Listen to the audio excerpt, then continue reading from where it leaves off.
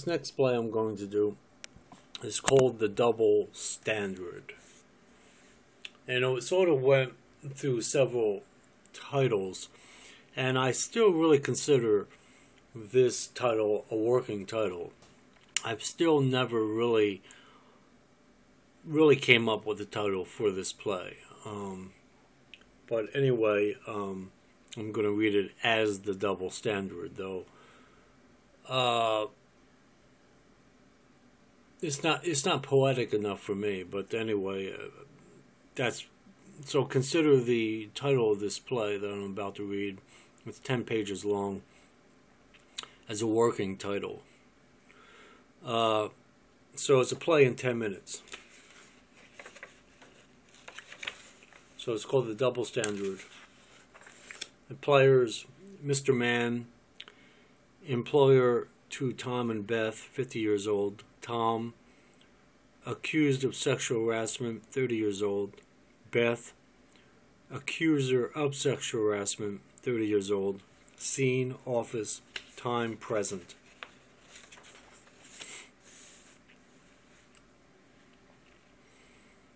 Act 1, Scene 1, setting, office. At rise, noon. As the lights fade up, we see Mr. Mann seated at a desk. Tom enters through a door. Tom approaches Mr. Mann. This is Tom. Odd place for a business lunch. Beth enters as Tom's line trails off. Mr. Mann. Beth takes a seat before the desk. Mr. Mann slides a form Mr. Mann slides a form across the desk. This is Mr. Mann. It'll need your signature, Tom. Nice move. I refuse to. You must. 8 hours a day. Legs. I've rights too, don't I? As far as the Out of the Eye Company Limited is concerned, you must sign this resignation form. She found your staring quite unprofessional. I've worked at this company for 8 years, yet I never saw such ravishing legs in my entire dreary working career. I mean, you must admit she snatched your eye at least once or twice. We pluck eyebrows. We don't snatch eyes. Possibly on your own time, but here, Tom, I will not allow this company to be embarrassed. We have an image to uphold at Out of the Eye, Tom. The rules are written very clearly in the employee handbook. No sexual harassment or sexual innuendos or sexually graphic pictures or any nervous twits that may imply that an employee has a death wish or a sexual desire. If she offended you in any way, Tom, you had a perfectly just right to have brought the issue to the firm's attention, and swift action would have resolved the dispute. Beth is your stenographer. She is paid a reasonable salary to dictate without extremely long interruptions between each word. Understand, Tom, our policy? She has a perfectly fair, just, legal, moral, technical right to work in a free and open workplace, not subjected to dilated pupils. In other words, Tom, even though you may have a few, well, maybe less than a few, closer to less than zero pointless points, Mr. Mann nervously turns away from Beth to Tom, she has a right to wear her legs any way she damn well pleases. Okay, then, while we are on this outstanding subject matter, I have another bone, a leg to pick. Her boobs stand out a bit, well, right up into my face. And what about all those sleek red one-piece dresses? Now, sometimes I feel like taking charge. Now, I find all that highly offensive, but you don't hear me complaining. I must advise you, Tom. I do not have the direct power to change the way in which she so happens to wiggle herself into a dress every morning when Tom snatches up the employee handbook. Do you really expect me to decode the code in this overly stuffed guidebook that states She is forbidden to wear any and all dresses that crosses her eye as she steps out of a cool shower with dripping beads of watery, glistening, warm droplets sliding down her rosy red hard nipples in the cold morning light. Must we change to satisfy a woman's aspiration? Men have rights too. What if I come into work only in boxer shorts and a V-neck t-shirt with all my chest hairs grouped in an outwardly manner, with cologne made by Usher and a hard-on protruding through the slit of the shorts like her boobs stick ever so firmly up into her pink lace bra? What then? We truly have an out-of-the-eye experience. Tom leans toward Mr. Mann. We sacrificed, right? Right. Built tunnels? Yeah. Built cranes? Yeah. Missiles? Yes. Mole boring machines? I believe so. Hand grips? Okay. Skyscrapers? Absolutely. Nipple clamps? Well, wait, just, you name it, we, us men, built it. Tom stands back. What is this thing entitled equality truly mean? An upper hand, a way to hold men in place?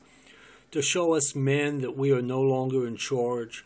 That we no longer can slap the living daylights out of them? Because this is exactly what they need. A good slap.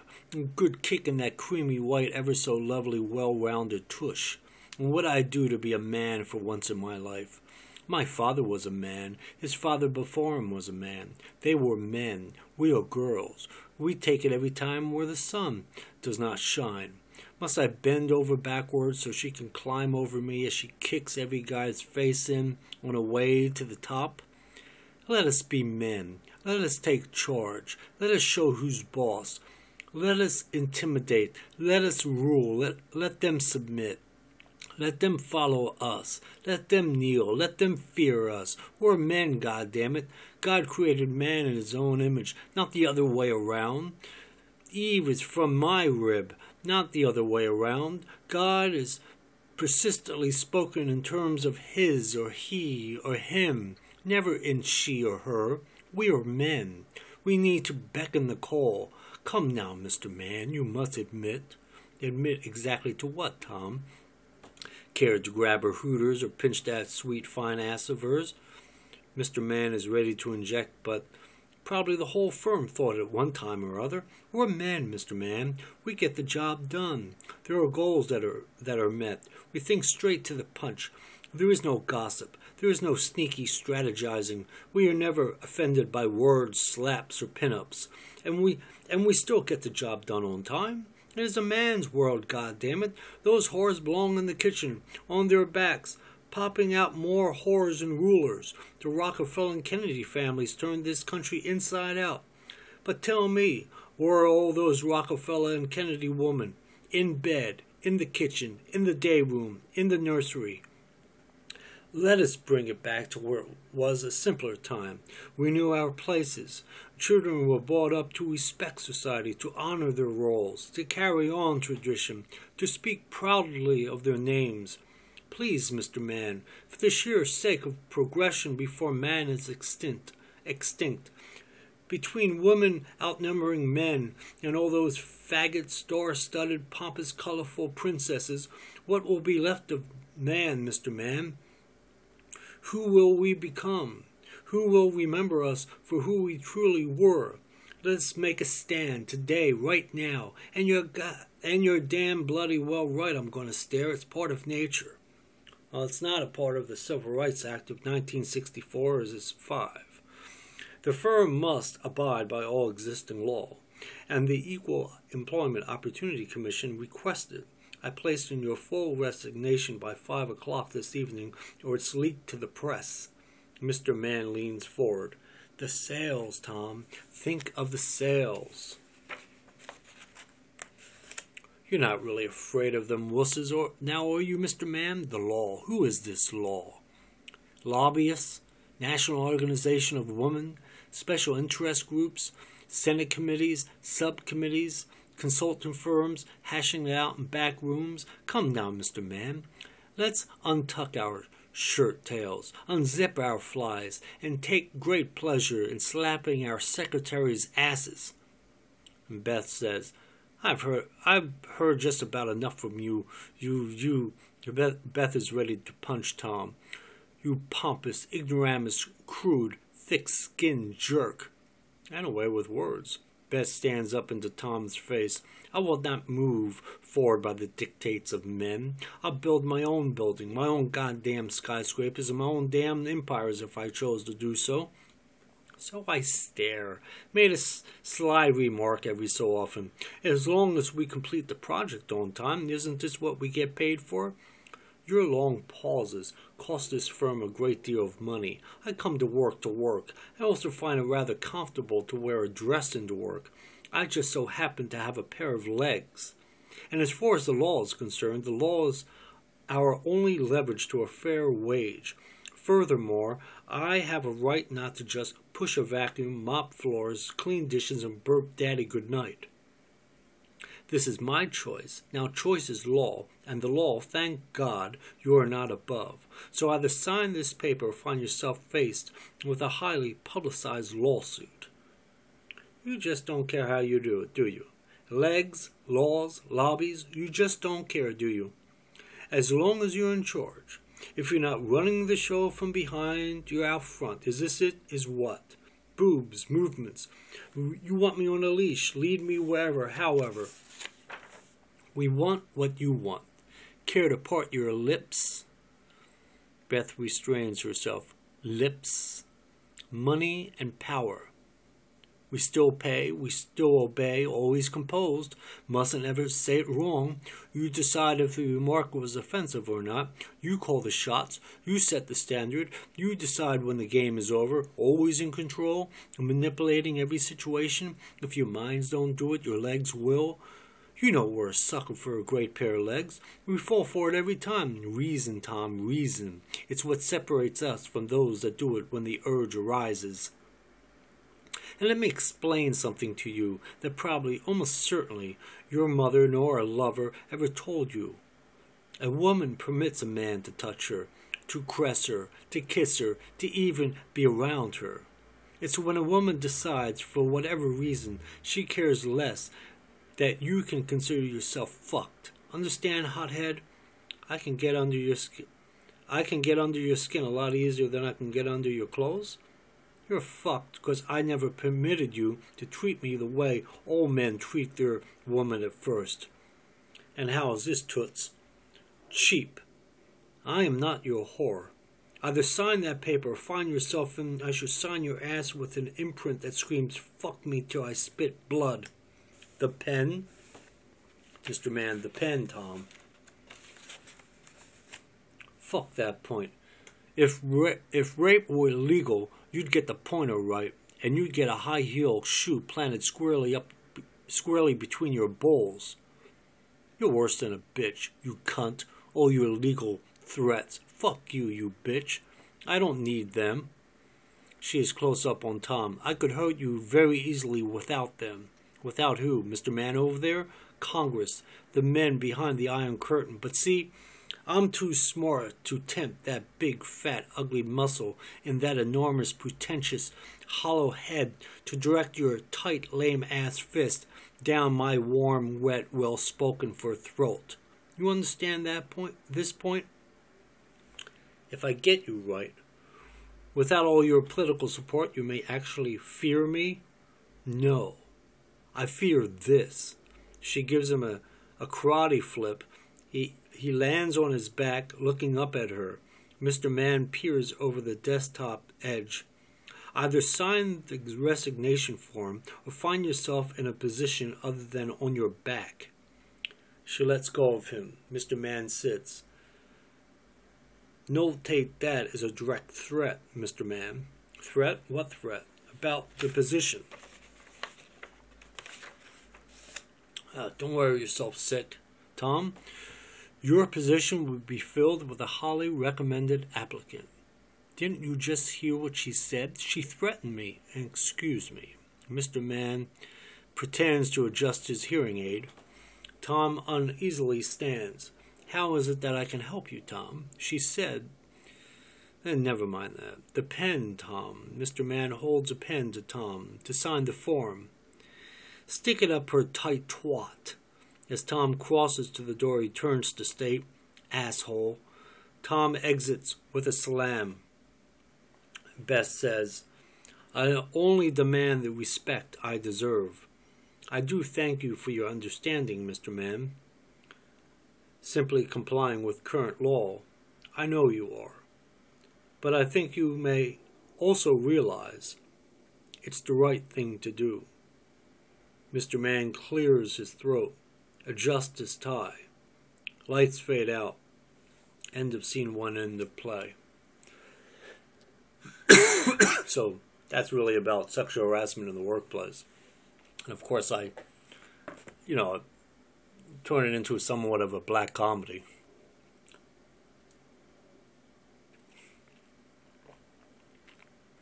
But what I try to do was I try to show it from two extreme points. Take sexual harassment in the workplace to the extreme, and have Tom, who says as much as he can in the defense of the man in the workplace, and have Beth speak as much in defense for the woman in the workplace, and then of course you have Mr. Mann in the middle. It's sort of like a referee, and all he cares about is his company, his profit margin, and the law that he has to abide by regardless if he agrees with it or not. And that's pretty much what that play was about. I called it, as a working title, I called it The Double Standard because, like Tom says, it's okay for a woman to go to work with her cleavage hanging out and her legs almost bare to the world, but it's not okay for him to wear his boxer shorts and a t-shirt with his hair sticking out and with cologne and everything going on there. He has to be more conservative than a woman in the workplace. So, sort of a double standard. In other words, it works for the woman when they want it in the workplace, but it's very difficult for a man to lay claim to the fact of any kind of sexual harassment by a woman by simply her coming into work with sexy legs and her cleavage hanging out. He, in a sense, takes offense to that in a strange way, and it's as if to say, why can't he file a complaint with the Equal Employment Opportunity Commission, so anyway, but it's a black comedy, so, but anyway, some interesting points to be made in this play. And once again, I never sent this play out.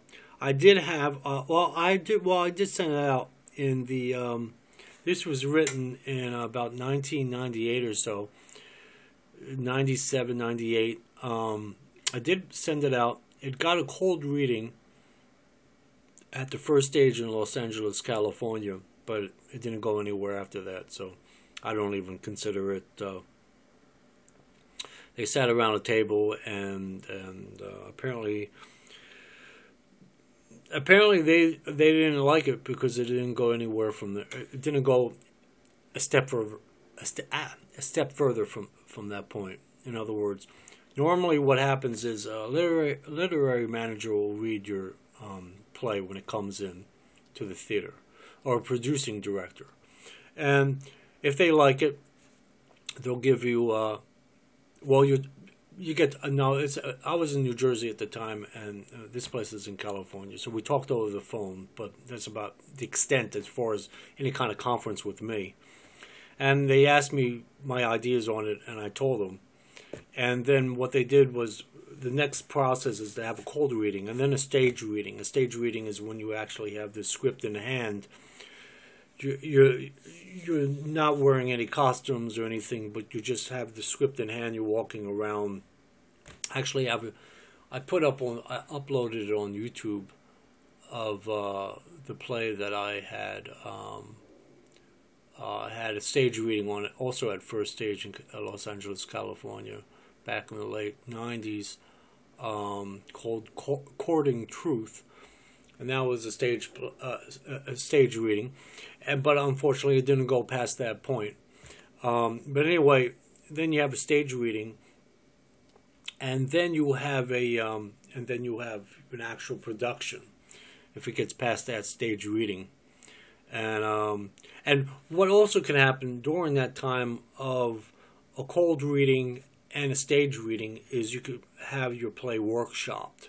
So it's workshop developed, maybe worked on, and of things of that nature. And that's when you actually have to be there at the actual theater to work with a possible director, sort of like a working director. It's not someone that's actually assigned to do the play yet officially, but you'll work with somewhat of a director. Now, that director may actually take it upon him or herself and decide to direct the play in a full production. But normally what you'll do, you normally will be working with the producing director or a director and try to figure out what you can do with the play.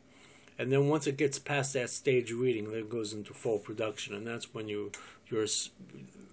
a director is either two ways it goes. Either the director is assigned to you or to the play, which of course automatically brings in the playwright, or a director sees a script he likes or has read a script he likes or she likes and then decides to direct it him or herself.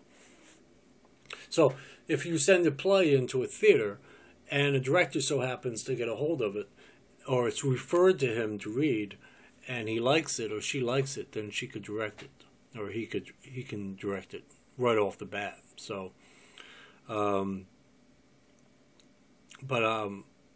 now, like I said in the other video, at the La Mama Experimental Dinner Theater, I had a director that I worked with one-on-one. But like I said, I never had a full-length play. And that's, to me, to have a full-length play, which is at least 90 minutes long, I'd say 80 minutes long. And if you can get 80 minutes or 80 pages, 80 minutes or more, is really considered a full-length play. And once you do that, then you can get, what happens after that process is if the play runs for a period of time and it's somewhat of a hit and gets positive reviews and stuff like that, then an agent will pick you up, and then you can consider yourself an actual professional playwright. And then the agent will actually get you. You'll actually either have that play be further produced in different theaters, or you'll write another one, and then that agent will actually shop your script around and do all the footwork for you. And not only that, but agents they usually, a really good agent anyway, will have an in-house lawyer, or even the agent could be a lawyer. Sometimes they have agents that are agents/lawyers. So the agent's a lawyer as well, and then they write up a contract for you with the theater, and then you're protected by the Writers Guild, and that contract abides by certain rules within the industry, within the theater industry, and I mean, it's all spelled out in the contract. And that's when you actually, and then once you have a contract with an agent, and then that play does really well, and you get positive reviews and runs for a period of time, then you can actually consider yourself a career playwright. In other words, someone that doesn't ever have to work again in his life and just write his plays. Like you have, Sam Shepard did that for many years. There's a whole slew of them. Howard Pinter, ones that come to mind anyway. Samuel Beckett, David Mamet, who else? What's his name? Who did the? God, I used to have all his works too. I don't have him anymore. Who's Afraid of Virginia Woolf? Oh God, what the hell is the playwright? Don't hate me for it. Can't remember the playwright's name. Ain't that crazy? Oh, Edward Albee. I mean, him as well. You know, so they're playwrights that actually make a living by writing plays, but that's only because they had an agent and they had successful like for instance, when Edward Albee started out, he started out with actually just a one-act play. It was called The Zoo Story, and it was a success. And he got himself the agent, and ever since then he wrote like Who's Afraid of Virginia Woolf, which is a full-length play, which is a very deep play, or like what was the other one, A Period of Adjustment or something like that. Something like that. I can't remember his plays. I used to have all his plays. But anyway, he after a while he just was able to make a living off his playwriting. So, but you need an agent for that, and you need pretty much good positive reviews in the papers or in Variety or whatever have you. You have to have really good reviews to be able to sustain your career. Because let's say if you have one hit and then the next 5 plays you write are flops, I mean you might as well hang up your career. So anyway, that was that play, The Double Standard. I hope you liked it. Guys, have a good one. I'm going to do one more play, and then I'm going to do some plays over a period of time here. It's just cold readings. I'm not an actor, so just sort of deal with me. But anyway, I'm going to do one more little play, and then that's it for at least for this for tonight. Anyway, you guys have a good one.